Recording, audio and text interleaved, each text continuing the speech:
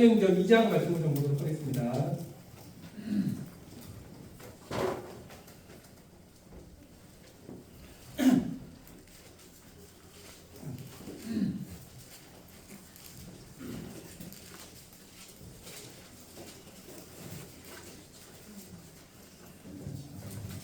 네, 오늘 사도행전 2장 전체의 말씀을 좀 보도록 하겠는데요. 사랑하는 성도님들, 오늘 말씀의 주제를 먼저 말씀드리기 전에, 오늘 사랑하는 성도님들은 지금까지 사시면서 어떤 기적을 경험해 본 경험이 있으십니까? 기적. 어떤 기적을 체험해 보고 싶은 것들이 있으십니까? 예를 들어, 로또에 로또에 한번 당첨되고 싶다는 기적. 아니면 또 우리 젊은이들은 매일 꼴찌하는데, 학교에서 매일 꼴찌하는데 한번 1등 한번 해보고 싶다는 그런 기적들. 그리고 또한 우리 몸이 불편하신 노 부친님들, 노 모친들께서는 또 우리 기적적으로 한번 몸이 회복되는 그런 기적을 한번 경험해보고 싶지 않으십니까? 그래서 제가 오늘 이 기적이라는 말씀을 드린 이유 중에 하나는 오늘 사도행전 2장에 이제 그 말씀의 주제가 나와 있는데요. 그 사도행전 2장의 말씀의 주제는요, 사실은요, 오순절의 기적이라는 말씀으로 함께 좀 말씀을 좀 나누도록 하겠습니다.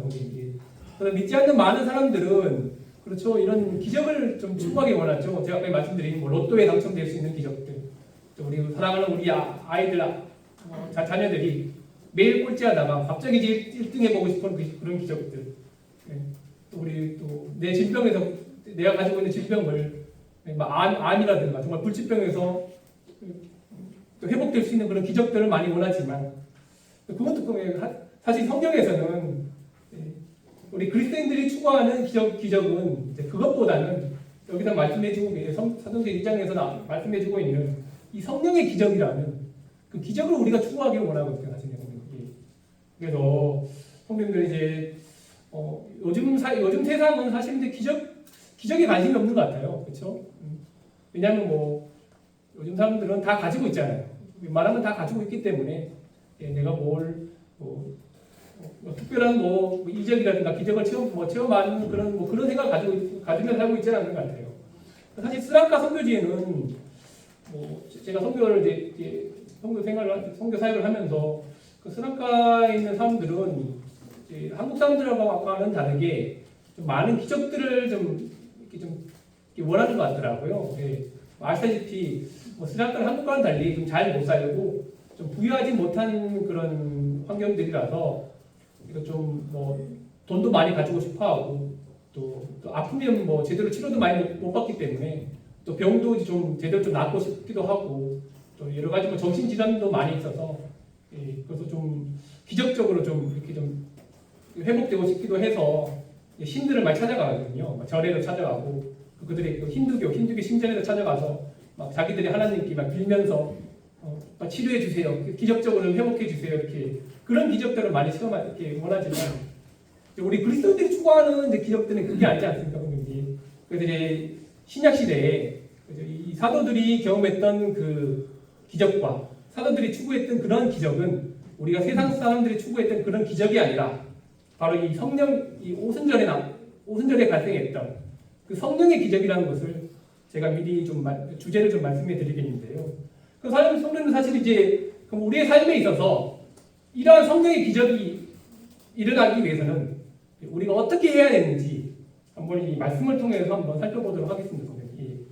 첫 번째로 사도행전 2장 1절에 보시면요, 오순절 날이 이르매 그들이 다 같이 한 곳에 모였더니 호련히 하늘로부터 급하고 강한 바람 같은 소리가 있어 그들이 앉은 온 집에 가득하며 마치 불의 혀처럼 갈라지는 것들이 그들에게 보여 각 사람 위에 하나씩 임하여 있더니 그들이 다 성령의 충만함을 받고 성령이 말하게 하심을 따라 다른 언어들로 말하기를 시작하니라. 첫 번째로 우리의 삶에 있어서 하나님의 기적이 일어나기 위해서는, 성령의 기적이 일어나기 위해서는 성도님들 2장 1절에 나와 있죠. 2장 1절. 그들이 다 같이 한 곳에 모여 있었더니 라고 나와 있어요. 성도님들 성령의 기적을 저희들이 체험하기 위해서는요, 사실은 가장 간단한, 가장 단순한 것은 함께 모이는 것입니다. 함께 모이는 것. 여기 보시면 그들이라고 하죠. 그들이 누구죠, 선생님? 그들은 이제 예수님의 제자들. 또 이제 1장에 보면 이제 1장 여기 보시면 이제 1장 13절에 나오죠. 1장 13절에 보시면요. 그들이 유하는 다락방으로 올라가니 베드로, 요한, 야고보 이렇게 이제 예수님의 열한 제자들이 있죠. 그리고 이제 14절에 여자들과 예수의 어머니 마리아와 그리고 15절에 모인 무리의 수가 약 120명이나 되더니라고 했죠. 이 마가의 다락방에서 모인 120명의 숫자들, 120명의 그 예수님을 따르던 그런 사람들을 여기서 2장 1절에 그들이라고 나오죠. 그들. 근데 그들이 모여서 뭘 했죠, 선생님들? 그들이 모여서 1장 14절에 같이 기도에 힘쓰느니라 라고 했어요. 선생님들, 제자들이 함께 모였을 때의 상황을 한번 살펴보는 게 좋을 것 같아요. 이 당시에 120명의 그런 예수님을 따르는 사람들이 함께 모였을 때 그때의 상황이 어떤 상황이었을까요, 선생님들? 그때는 예수님이 자리에 안 계셨잖아요, 그렇죠? 예수님이 이 땅에 우리의 죄를 위해서 이 땅에 오시고 이 땅에 오셨을 때 그분께서 많은 기적과 이적들을 행하시고 자신이 메시아이심을 증거하시고 죽은 자를 살리시고 그리고 우리의 죄를 위해서 십자가에서 못 박혀 죽으시고 고난받아 죽으시고 또 죽으신 지 사흘 만에 부활하셨습니다. 부활하시고 또 40일 동안 제자들과 함께 하시면서 하나님 나라의 일을 가르치신 다음에 그 다음에 승천하셨죠. 승천하신 다음에 이제 예수님은 이제 제자들과 더 이상 같이 이제 안 계세요. 그럼 제자들의 마음이 어땠을까 한번 생각을 하게 돼요. 이제는 예수님 우리 앞에서 기적을 행하시던 기적과 이적과 능력과 권능을 행하시던 우리 메시아이신 그리스도께서 우리와 함께 안 계신다. 그럼 우리는 어떻게 하면 좋을까? 우리는 앞으로 어떻게 하면서 우리는 살아가면 좋을까? 아마 좀 당황하지 않았을까요, 선생님들? 자칫하면 그들의 신앙의 방향이 좀 잃어버릴 수도 있었던 그런 상황이 있었을 것 같아요. 그리고 더 이상의 영적인 기적들, 예수님이 행하신 그러한 기적들은 이제 일어나지 않을 것처럼 보였을 것 같아요. 그 상황에서는. 그러나 그들은 어떻게 했죠, 선생님들? 1장에 보시면요, 선생님들. 그들이 1장에 보시면 4절이요. 예수님께서는 제자들에게 이 말씀을 하셨어요. 사도와 함께 모이사 그들에게 분부하여 이르시되 예루살렘을 떠나지 말고 내게서 들은 바 아버지께서 약속하신 것을 기다리라. 요한은 물로 세례를 베풀었으나 너희는 몇 날이 못되어 성령으로 세례를 받으리라 하셨느니라 나오죠.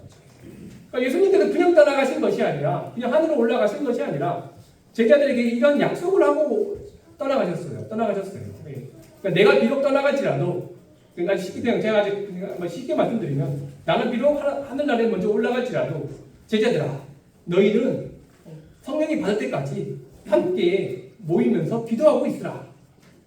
예수님이 이 말씀을 하시고 떠나가신 것이었어요.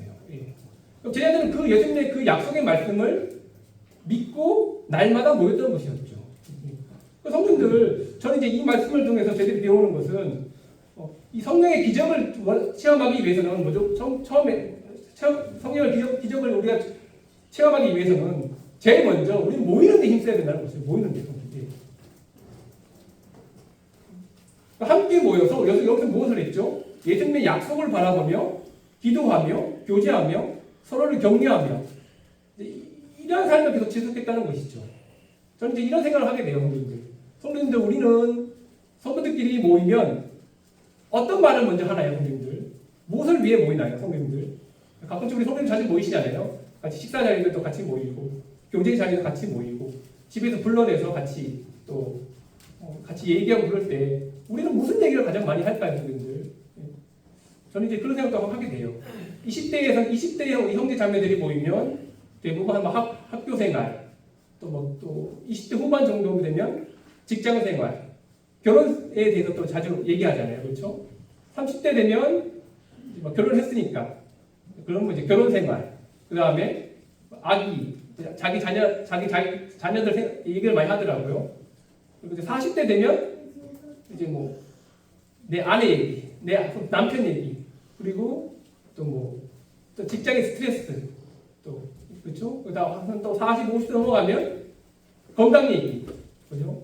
요즘 좀 몸이 아프니까 요즘에 운동하자. 이런 얘기들. 또 한 60대, 70대 되가면 다 아시는 우리 손자 얘기, 손주 얘기. 출세했다. 내 우리 잘 산다. 네, 그런 얘기를 많이 나누잖아요. 그렇죠? 예. 이 얘기가 나쁘다는 것이 아니라 성경들. 그리스도인들이 모일 때는 사실 이제 뭐 이런 얘기보다는요. 여기 우리 이 120명의 우리 예수님의 따르는 그런 제자들이 했던 것처럼 그들이 모였을 때는 하나님 나라에 대해서 얘기하고 하나님 나라를 위해서 기도하고 하나님 나라의 일에 대해서 함께 서로 나누고 교제하는 이제 그런 일들은 많이 추구했다는 것이죠. 그런 일을 했을 때 2장 1절에 그들이 다 같이 한 곳에 모였을 때 성령이 그들에게 임하였다는 것이 나와 있는 거죠. 영적인 기적은 성도님들 제일 먼저 우리 성도님들이 함께 모여서 교제하고 기도할 때 그럴 때 경험할 수 있다는 것이죠. 성도님들 저는 이제 감히 이런 말씀을 드리는 건 뭐하겠지만 우리가 함께 모일 때 우리는 무엇을 하냐? 우리 함께 모일 때 무엇을 위해 모이는가? 우리가 함께 모일 때 모였을 때 무슨 얘기를 많이 하는 것인가? 많이 하고 있나요? 우리가 모이는 모임의 목적은 무엇입니까? 이런 것들 좀 생각해 봤으면 좋겠어요. 우리가 많이 모여서 그리스도인들이 많이 모여서 맨날 세상 얘기, 맨날 가정 얘기. 제가 나쁘다는 건 아니지만 꼭 이런 얘기를 중심으로만 우리가 모인다면 우리가 이제 믿지 않는 사람들과 무엇이 다를 게 있겠습니까, 성도님들이?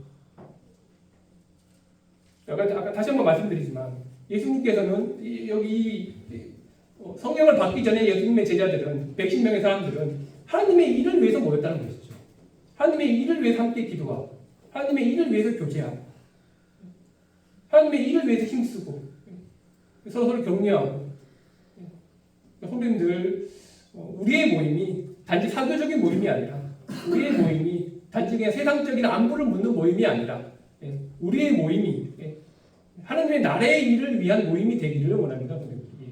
그 일을 위해서 함께 교제하고 그 일을 위해서 함께 모이고 밥을 같이 먹더라도 성도님들 이 하나님의 일에 대해서 더 얘기를 많이 했으면 좋겠어요. 그렇게 얘기할 때 우리 영적인 기적이 일어나거든요. 왜냐하면 아시지 않습니까? 밥만 먹고 어떻게 지냈어? 잘 지내? 그 얘기는 좋죠. 사실 안부 묻는 것도. 하지만 더 나아가서 요즘 주님 믿는데 어떤 어려움이 없어? 요즘 주님 믿는데 어떤 고민 같은 게 없어? 그런 것들 더 교제를 나눠준다면 그 안에 상대방에 대한 영적인 문제, 영적인 어려움, 영적인 고민들 때로는 또 그 성령님을 통해서 내가 이번 주에 내가 살아가면서 하나님의 크신 능력을 경험했어요. 하나님의 크신 은혜를 내가 체험했어요. 또 저를 위해서 좀 기도해 주세요. 제가 이번 주에 좀 많은 어려움이 있는데 제가 주님 안에서 이 일을 좀 잘 해결해 줄 수 있도록 좀 기도해 주세요. 이런 일들을 저희들이 많이 교제를 하게 된다면 그 안에서 우리가 하나님의 역사를 체험해 보는 것입니다. 제가 홍성교회 다닐 때요, 형님들. 제가 청년 때 25, 6때 제가 이제 직장 생활을 하면서 제가 교회를 다녔는데 그때는 이제 홍성교회는 수요일 날 모이고 금요일 날 모이고 일요일 날 모였어요. 일주일에 3번 모였거든요. 이제 저도 가끔 직장 생활하면서 피곤하니까 수요일 금요일에 어떤 때 좀 가기 싫은 날이 있어요. 가기 싫더라고요. 어떤 때 피곤해하고 오늘 빠지면 어때? 가기 싫은 날이 있는데 근데 우리 장례 형제님께서 계속 저를 불러내는 거예요. 수요일 금요일마다 형제님들 이제 장례 형제님도 직장 다니시는데 직장 이제 끝나시고 한 7시 되면 6시 반 되면 7시 되면 오시거든요. 끝날 때마다 항상 저를 부르시는 거예요. 성경 형제 어디 있어? 성경 형제 어디 있어? 밥 먹으러 와. 밥 먹고 같이 교회 가자. 밥 먹고 교회 가자. 계속 매일마다 전화하시는 매주마다 수요일 금요일마다.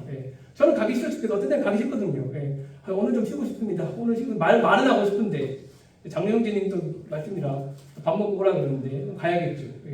근데 가서 또 형제님께서 물어보시는 거예요. 형제 이번 주 잘 지냈어? 이번 주에 어떤 문제 없어? 이번 주에 내가 기도할 제목은 없어? 계속 물어보시는 거예요.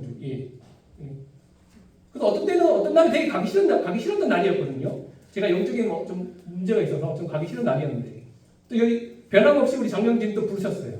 밥 먹으러 오라고. 그래서 좀 갔죠. 형제님도 변함없이 물어보시는 거예요. 형제 이번 주에 영적인 어려움이 없어? 내가 뭐 기도할 제목이 없어? 이렇게 물어보시길래 제가 이제 말씀을 드렸죠. 제가 이런 문제가 있습니다. 어려움이 있습니다. 그러니까 우리 장로님께서 또 교회에 말씀해 주시더라고요. 김선영 형제가 이런 어려움이 있습니다. 같이 기도해 주십시오. 그러니까 우리 성도님께서 같이 기도해 주시니까 모여서 그 다음 주에 저의 있었던 그런 어려움들이 해결이 되더라고요. 예. 그래서 저는 이제 그런 생각을 했어요. 제가 만약에 그때 그 금요일날 제가 집회에 참석하지 않았더라면, 예. 그때 내가 가지고 있던 그런 문제들이 주님 앞에서 해결될 수 있었을까라는 생각이 들더라고요. 그래서 우리가 모이는 것이 참 중요하구나. 모여서 주님의 얘기를 하는 것이 참 중요하구나. 그 생각이 들게 되더라고요. 그래서 이 2000년 전에 예수님을 따랐던 예수님의 이 제자들도 동일하게 하나님 나라의 일을 위해서 모이고 기도하고 힘썼기 때문에 성령이 온다는 그 성령을 받을 거라는 그 약속, 그걸 간절히 믿었기 때문에 이 성령의 이 기적을 체험한 것이 아니겠습니까, 성도님? 그래서 우리는 이 모이는데 힘써야 될 것입니다. 두 번째로는 성도님들 2장 4절에 보시면요, 성령을 받을 때 기적이 일어난다는 것이죠. 그들이 다 성령의 충만함을 받고 성령이 말하게 하심을 따라 다른 언어들로 말하기를 시작하느니라. 그래서 그 전에는 예수님의 제자들이 성령을 받지 못한 상황이었죠.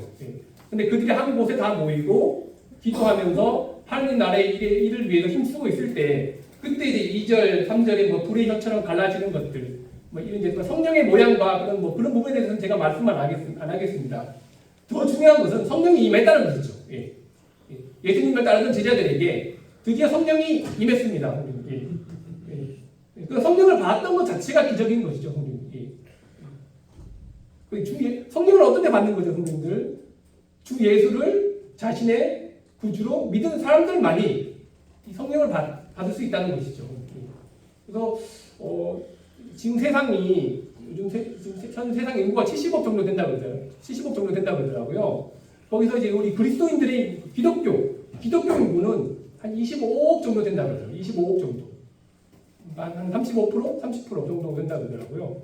근데 사실 우리가 알겠지만 그 25억 기독교 인구가 그 중에서도 막 이단도 많잖아요. 이단도 많고 교파교도 되게 많고, 우리가 알 수 없는 그런 종파도 되게 많잖아요. 그렇죠?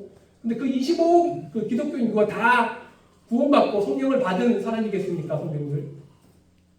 실제적인 집필은 저는 그렇게 생각하지는 않아요. 아마도 거기 중에서도 한 10%도 안 되는 그 기독교 인구만이 저는 한 5% 정도 생각을 하게 되는데, 그런 사람들만이 정말 성령을 받은, 정말 주 예수 그리스도를 믿고 성령을 받은 참 그리스도인이라고 저는 생각을 하게 돼요.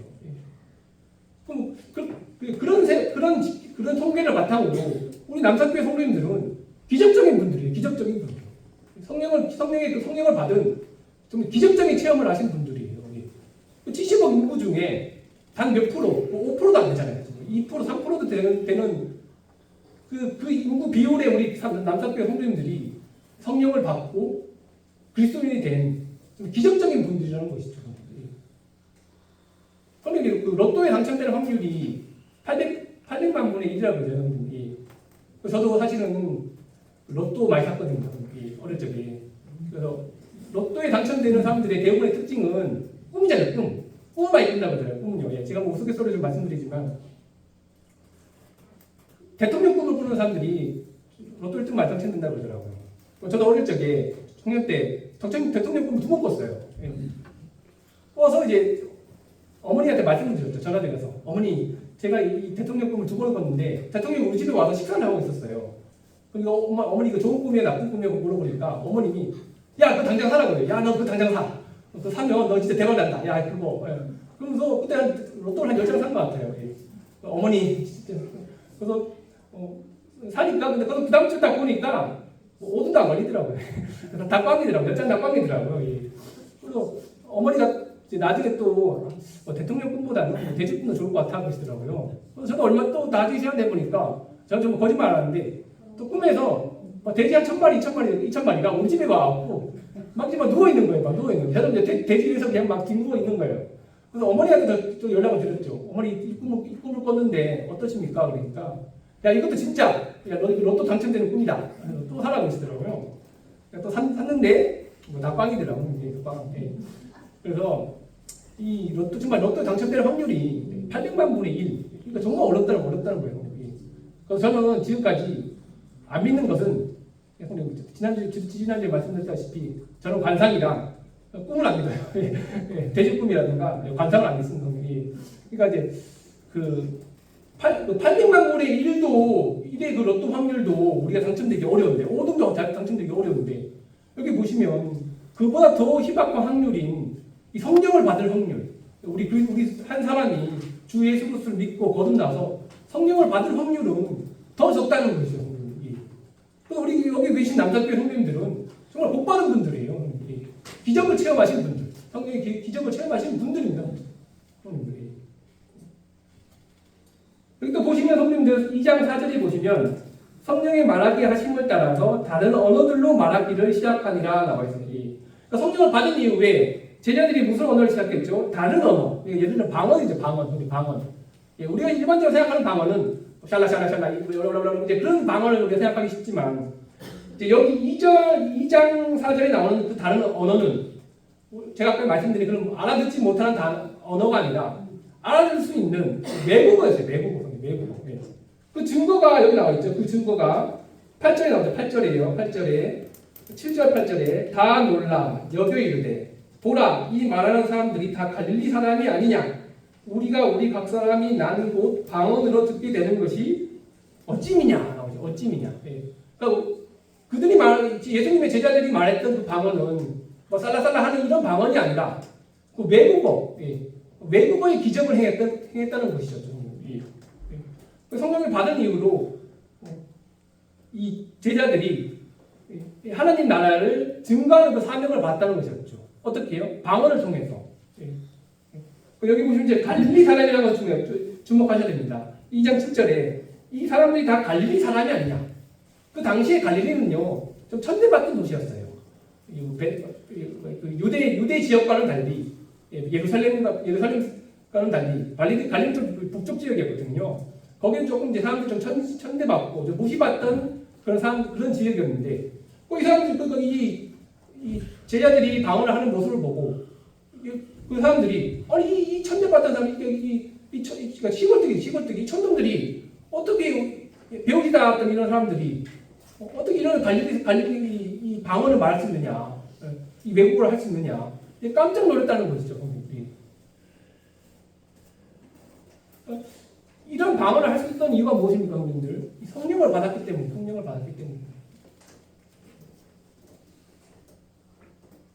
성령을 통해서 그들은 하나님의 큰 일을 말했다는 것이죠. 그러니까 제가 말씀드리고 싶은 그 중요한 부분 중에 하나는 성령들, 우리는 뭐 로또 당첨, 우리 세상적인 기적을 바라는 필요가 없어요. 우리는 이미 우리 안에 성령의 계심을 통해서 우리는 이미 우리 안에 기적을 체험하였고, 또한 또 우리의 입술을 통해서 하나님의 그 기적의 그 복음을 증거하는 그 일을 우리가 지금 하고 있다는 것이죠. 그게 우리에게는 참 자부심이 되어야 될 것 같아요. 여기 보면 갈릴리 사람.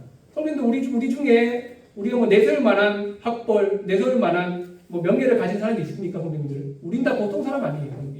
우리는 다 갈릴리 같은 사람입니다. 우리는 다 갈릴리 사람 출신들입니다. 동일하게 우리는 보통 사람, 연약한 사람이에요.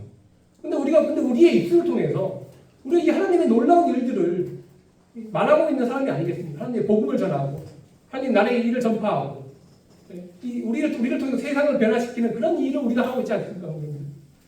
이게 바로 기적이라는 것이죠. 기적.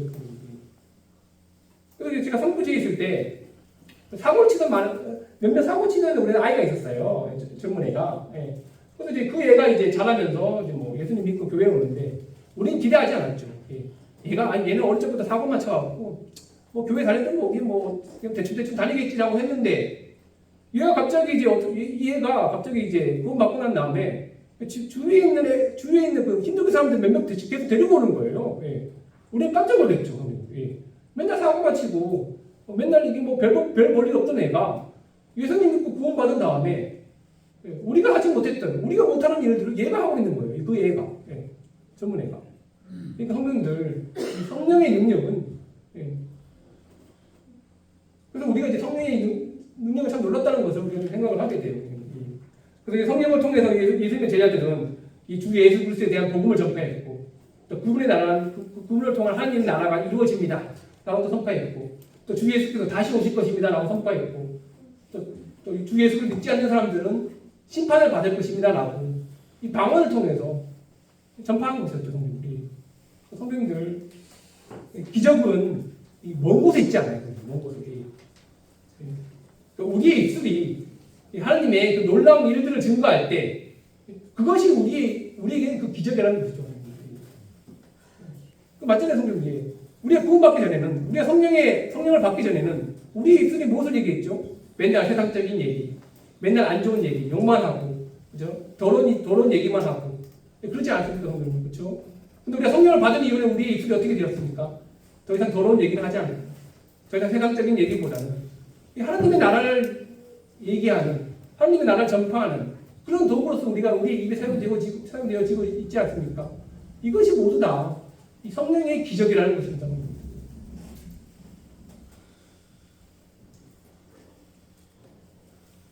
여기 보시면 2장 14절 보실까요? 2장 14절이요.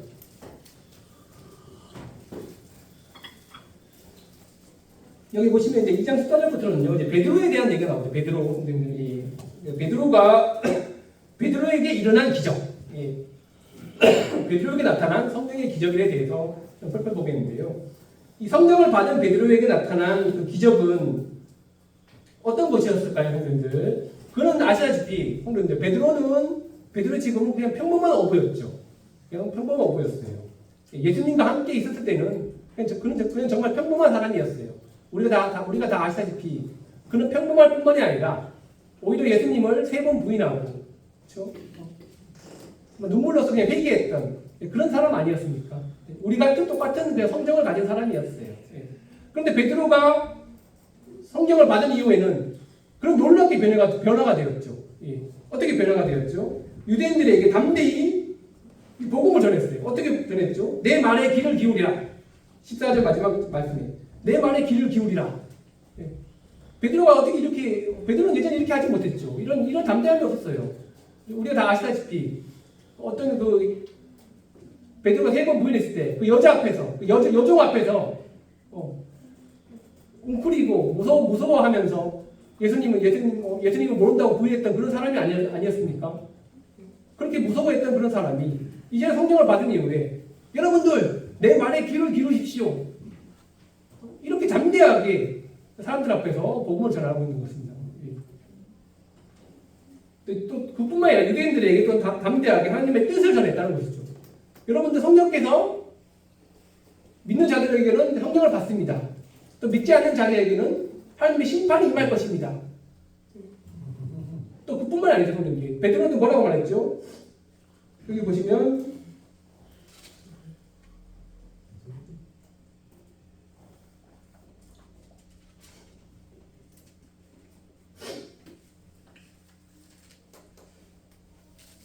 14절만 베드로가 11사도와 함께 서로 소리를 높여 이르되 유대인들과 예루살렘에 사는 모든 사람들아 이 일을 너희로 알게 할 것이니 내 말에 귀를 기울이라 있죠. 그리고 또 여기 보시면 32절에 이 예수를 하나님이 살리신지라 우리가 다 이 일의 증인이라. 또 36절에 그런즉 이스라엘 온 집은 확실히 알지니 너희가 십자가에 못 박은 이 예수를 하나님이 주와 그리스도가 되게 하셨느니라 하니라. 성령을 받은 이후에 베드로는 아주 담대한 사람으로 변화가 되었다는 것이죠. 이게 뭐 어떻게 이런 말을 할 수 있을까요? 베드로는요. 세 번을 부인했던 베드로가, 예수님을 3번 부인했던 베드로가, 사람들 앞에서 나서기를 무서워했던 베드로가 오히려 36절에는 너희가 십자가에 못 박힌 이 예수, 그러니까 유대인들 앞에서 너희들이 이 십자가를 못 박혔습니다. 당신들이 우리 주 예수님의 십자가를 못 박았습니다. 여기 당신들이 죄인입니다. 베드로가 이런 담대함을 보였다는 것이죠. 성령을 받은 이후에 베드로는 이렇게 변화가 되고 영적인 담대함을 갖게 되었고 용기를 갖게 되었다는 것입니다. 성령들 이제 우리 자신도 한번 살펴볼 필요가 있어요. 우리들도 예수님을 믿고 구원받은 다음에 우리의 삶에는 어떤 변화가 일어났습니까, 성도님들? 저도 예전에 저도 예전에는 구원받기 전에는 제 성격이 참 내성적이었어요. 예. 막 사람들 앞에서 다 이렇게 좀 어려워하고 항상 막 부끄러워하고 아니 왜 그러세요? 막 너무 저한테 말 걸지 마세요. 나 막 아무것도 몰라요. 수줍어요. 막 이제 이랬던 사람이었었거든요. 그래서 우리 어머니가 야 너 군대도 제대로 갈 수 있겠냐? 막 저한테 막 놀리시거든요. 너 성격 너무 여자 같아갖고 너 군대 가서 제대로 생활할 수 있겠어? 이제 막 그럴 정도로 이제 막 많이 혼나기도 했는데, 근데 제 예수님 믿고 구원받은 다음에 정말 이제 놀랍게 기적적으로 제 성격이 막 변한 거예요. 저도 제가 만약에 구원받지 않았더라면, 당연히 제가 선교사로서의 선교사 사역을 할 수도 없었겠죠. 우리 다 아시겠지만 선교사는 정말 좀 담대한 용기도 필요하고, 그렇죠? 고난과 핍박에도 좀 담대하게 무서워하지 않아야 할 그런 많은 그런 용기가 필요하잖아요, 사실은. 제가 갔다는 것 자체가 지금도 신기해요, 사실은. 내가 어떻게 선교사를 가게 됐지? 다 주님의 은혜고 부르심이시긴 하겠지만 이게 바로 다 성령의 능력 때문에 제 안에 계신 성령의 능력이 저를 지금까지 인도해낸 것이죠. 이와 마찬가지로 성도님들, 우리가 정말 주 예수를 믿고 성령을 받았다면 우리 안에 확실한 변화가 있다는 것이죠. 확실한 변화. 베드로와 같은 확실한 변화. 주 예수 그리스도의 복음을 다른 사람들에게 내가 담대하게 전하겠다. 또 고난과 핍박에도 난 무서워하지 않겠다. 이런 용기가 우리에게 있습니까, 성도님들? 우리는 이런 용기도 우리가 경험해 본 적이 있습니까?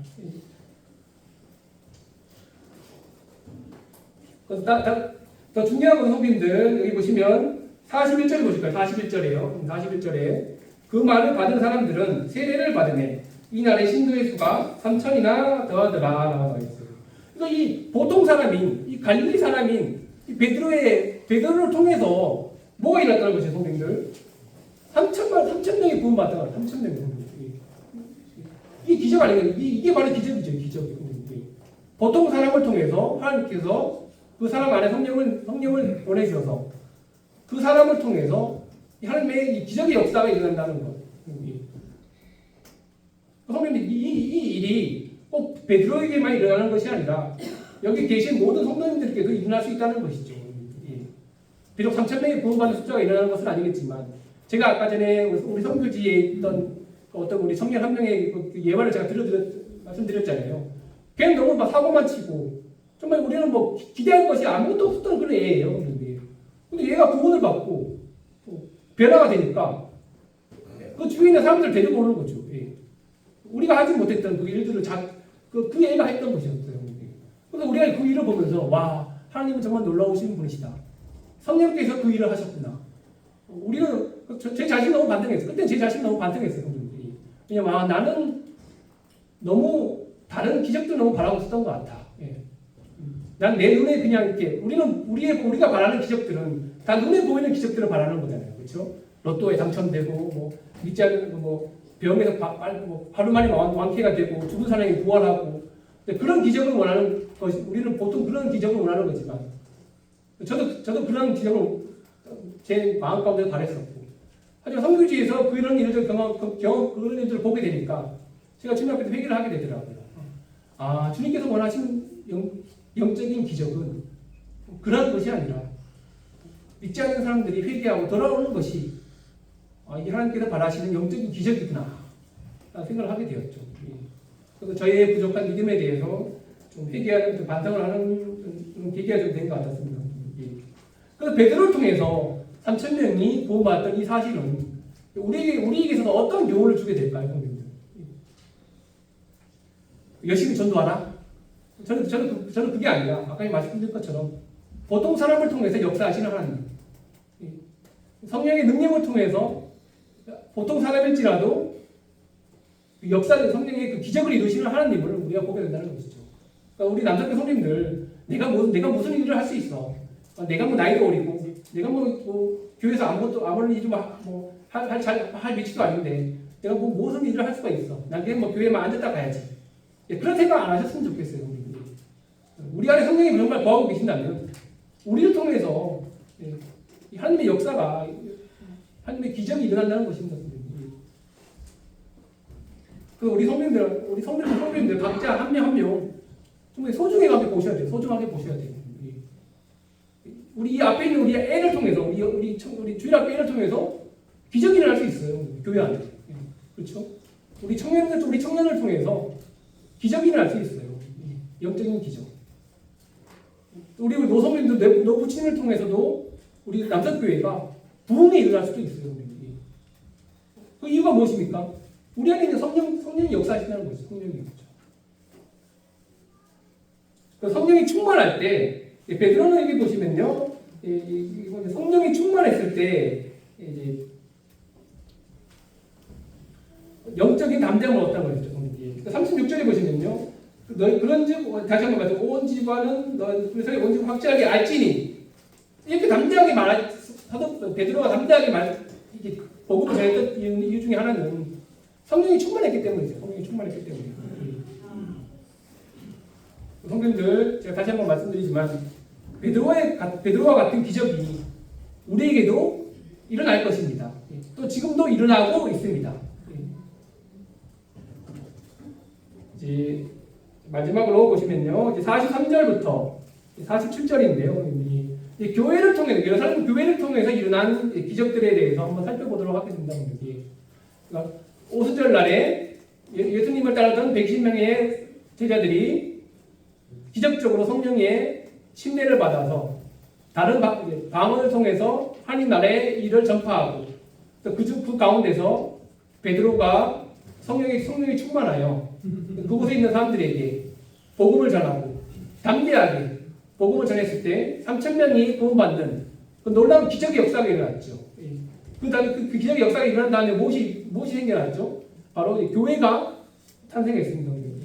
이건 이제 새로운 공동체라고 하죠. 영적인 공동체라고 하는 것인데, 사실 이제 예루살렘 교회를 통해서 우리가 배우는 것은 성도님들, 그 전에는 예루살렘 교회에서 그 전에는 사람들이 서로 사랑하고 섬기고 교제할 줄 몰랐다는 것이에요.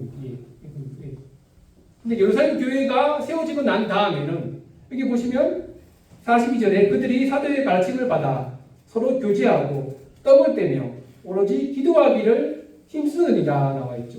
이게 바로 세상적인 모임과 세상적인 집단과 우리 이제 영적인 교회와 영적인 모임인 이 교회와의 다른 점을 설명해 주고 있어요. 그래서 교제하고 예배하고 교제하고 이 기도드리는 이 모든 일들은 바로 성령께서 역사하시는 거거든요. 그래서 이 세 가지 일을 예루살렘 교회가 함께 모여서 이 세 가지 영적인 일들 예배, 교제, 기도에 힘썼을 때 43절부터 47절에 이 결과가 나온다는 것이죠. 43절에 뭐가 나오죠? 사람마다 두려워하는데 사도들로 말미암아 기사와 표적이 많이 나타나니 나와요. 성령을 받기 전에는 사람들이 예배와 교제와 기도하는 일에 힘쓰지 못했죠. 근데 성령을 받은 이후에는 43절에 보면 사도들로 말미암아 기사와 표적이 많이 나타난다라고 나와 있습니다. 그래서 여기서 말씀하시는 기사와 표적이라는 그것을 이제 교회 안에서 행했던 이유는 예수 그리스도의 복음을 확증하기 위해서 사도들이 기적을 행했다는 것이었거든요. 44절 보시면 믿는 사람들이 다 함께 있어 모든 물건을 서로 통용하고 재산과 소유를 팔아 각 사람의 필요를 따라 나눠주며 날마다 마음을 같이하여 성전에 모이기를 힘쓰고 집에서 떡을 떼며 기쁨과 순전한 마음으로 음식을 먹고 하나님을 찬미하며 온 백성에게 칭송을 받으니 주께서 구원받는 사람을 날마다 더하게 하십니다. 나와 있습니다. 예루살렘 교회에서 경험했던 그 성령의 기적은요, 47절 말씀으로 다 정리가 될 수 있죠. 온 백성에게 칭송을 받으니 라고 나와있죠. 온 백성에게 칭송을 받으니. 저는 이게 기적이라고 봐요. 기적이에요. 그 당시에는 유대인들이 예수님에 대해서 어떻게 생각했나요, 성도님들? 예수님은 메시아가 아니라고 생각을 해야 했죠, 그렇죠? 예수님 메시아가 아니라고 생각했기 때문에 유대인들이 예수님을 십자가에 못 박혀 죽였습니다. 그럼 예수님을 따르는 사람들에게 있어서는 유대인들의 눈에는 뭘로 보일까요? 눈에 가시처럼 보이는 거예요. 눈에 가시처럼. 우리 현대인의 말처럼 예수쟁이들. 저 예수쟁이들 또 모였다. 예수쟁이들을 또 집에서 모여서 예배드린다. 예수쟁이들 또 거기서 집에서 무슨 작작을 하는 것 같다. 막 이제 막 손가락질 하는 거 아니겠습니까, 성도님들이? 근데 성령의 충만함을 받은 예수님의 제자들이, 그분의 성도들이 함께 모여서 지속적으로 하나님 나라를 위해서 함께 예배하고 기도하고 교제하고, 이게 보시면 45절에 보시면 재산과 소유를 팔아 각 사람의 필요를 따라 나눠주고 진심으로 사랑을 베풀어주고 서로 섬기고, 그러니까 믿는 사람들에게 베풀어줄 뿐만 아니라 믿지 않는 사람들에게도 선한 간증을 베풀어주고 서로 은혜롭게 대해주고, 그랬을 때 어떤 기적이 일어났다는 것이죠. 그들을 핍박했던 사람들이, 예수쟁이라고 욕했던 그런 사람들이 이 마음을 바뀌게 됐다는 거죠. 온 백성에게 칭송을 받았다는 거죠. 온 백성은 예수님의 제자들을 대적했던 그런 유대인들이 이제 온 백성이거든요, 사실은. 이것도 바로 기적 아니겠습니까?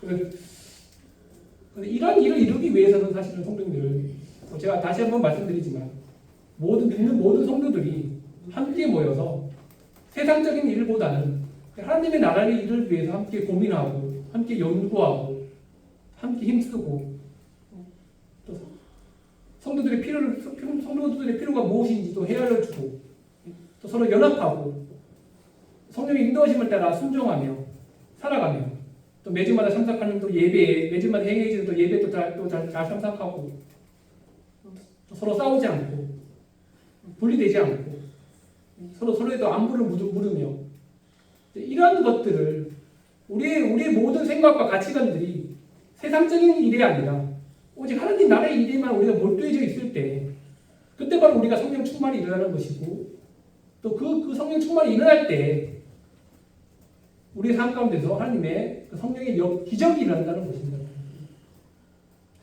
저는 제 자랑을 하지 않겠는데, 제가 스랑방에 있을 때 그런 것들 많이 실험했어요, 사실. 그 기적들을. 눈에 보이는 그런 기적이 아니라, 제가 말씀드린 것처럼 하찮게 보이는 어떤 성도들을 통해서 기적이 일어나고, 어떤 하찮게 보이던 아주 그냥 연약하게 보이던 그런 교회를 통해서도 갑자기 부흥의 역사가 일어나고, 그 원인을 자세하게 살펴보니까 스랑방 모임들은 잘 모여요. 너무 잘 모여서 탈이에요. 자꾸 날 불러요, 성부사한테. 화요일도 모이니까 오라고 그러더라고요. 갑자기 오래요. 그래서 가기 싫어요. 나 가기 싫을 텐데 왜 자꾸 오면, 아니 너무 중요한 집회가 있다고. 성도님들이 어느 한 성도가 아픈데 꼭 와서 우리 한번 기도해 줘야 된다고. 성도사도 같이 오래요. 그럼 니들이 기도하면 되지. 왜 너희들끼리 약간 형님들끼리 가서 기도하세요. 왜 나를 불러요? 아니에요. 한 명이 더 있어도 좋잖아요. 한 명, 두 명 더 모여야 된대요. 그래야 기도에 힘이 생긴대요. 성교사님이 오셔서 같이 기도해주고, 그래야지 우리가 더 힘이 생기지 않겠습니까? 그래야 더 능력이 생기지 않겠습니까? 그러는 거예요. 수요일 집회도 가끔씩 제가 홍성구에 있을 때도 솔직하게 말씀드렸어요, 장로님한테. 형제님, 제가 수요일 집회 때 제가 가끔씩 가기 싫은 마음이 있는데요. 너무 몸이 좀 피곤해요. 그러니까 형제님께서 저한테 야단치는 것이 아니라,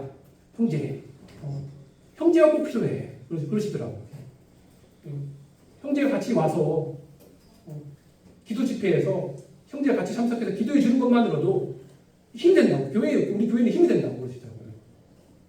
평소에는 4명, 5명 기도하다가 형제가 빠지면 4명은 줄어들지 않겠느냐.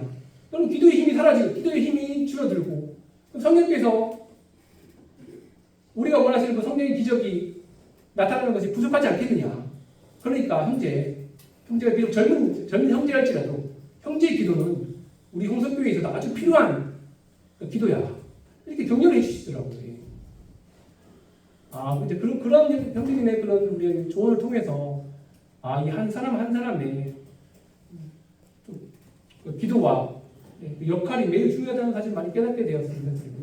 또 우리 남자교회 성도님들 다시 한번 말씀드리지만, 우리 남자교회 한 분들은 우리 기적의 사람들입니다. 기적의 성도님들. 모두 기적을 체험하신 분들이에요. 더 이상 기적을 우리가 체험할 필요 없어요. 이제. 로또와 당첨 뭐 그런 거 다 필요 없어요. 우리는 이미 우리 안에 계신 성령님을 통해서 우리는 이미 기적의 사람이 되어 기적을 행하는 그 능력을 우리가 지금 가지고 있다는 것이죠. 우리는 항상 자부심을 가지고 매주마다 항상 행하고 있는 예배에 꼭 참석하시고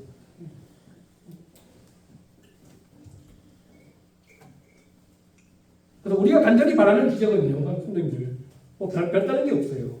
우리의 삶을 통해서 하나님의 성령이 역사하시는 그것이 바로 하나님께서 원하시는 성령의 기적이 아니겠습니까? 그래서 결론을 말씀드리면 기적은 아까 말씀드렸다시피 먼 곳에 있지 않다는 것입니다. 우리 바로 앞에 있다는 거예요. 우리 성도님들, 내 앞에 계신 성도님들이 저에게 있어서는 기적의 사람이에요. 기적의 사람. 한 사람, 한 성도 존귀하게 여기십시오. 소중하게 여기세요. 이분을 통해서 내가 도움을 받을 수 있지 않게 생각하는 게 내가 모르는 사이에 내가 생각하지도 못했던 사이에 어떤 분이 나를 위해서 기도해 주고 계시잖아요. 선교지에서 그런 일을 많이 겪었어요. 전 선교사니까 모든 분들 제가 다 알 수 없잖아요. 그렇죠? 저를 위해서 기도하고 계신 분들이 참 많이 있으시더라고요. 이름을 알지 못하시는 분들이 저를 위해서 많이 기도해 주고 계세요. 그런 분들의 기도가 하나하나씩 모아짐을 통해서 스랑과 선교사에게 지금까지 오게 되었다고 저는 생각을 하게 돼요. 그래서 우리는 주의 성령을 받은 우리가 바로 기적을 가진 사람이라는 것입니다. 그래서 또 우리의 입술로 하나님의 나라의 일을 말하는 것이 그게 바로 기적이라는 것입니다. 성경님.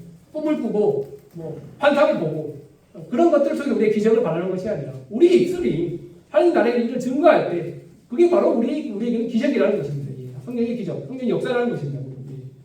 그래서 그 일을 행하게 하신 하나님께 우리 참 감사를 드립니다. 마지막으로 성령의 인도하심을 따라 온전히 말씀에 우리가 온전히 맡길 때 불가능했던 사람의 생각으로는 불가능했던 그 일들이 우리를 통해서 이루어질 것입니다.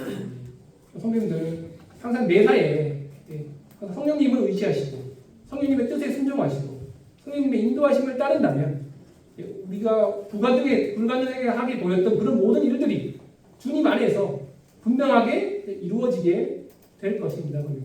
남자교회 모든 성령님들은 기적의 사람들입니다. 그런 자부심을 가지시고 오늘도 주님 오실 날, 내일도 주님 오실 날까지 항상 성령의 능력을 체험하시는 성령의 기적을 경험하시는 그런 삶을 살아가시기를 바라겠습니다. 감사합니다.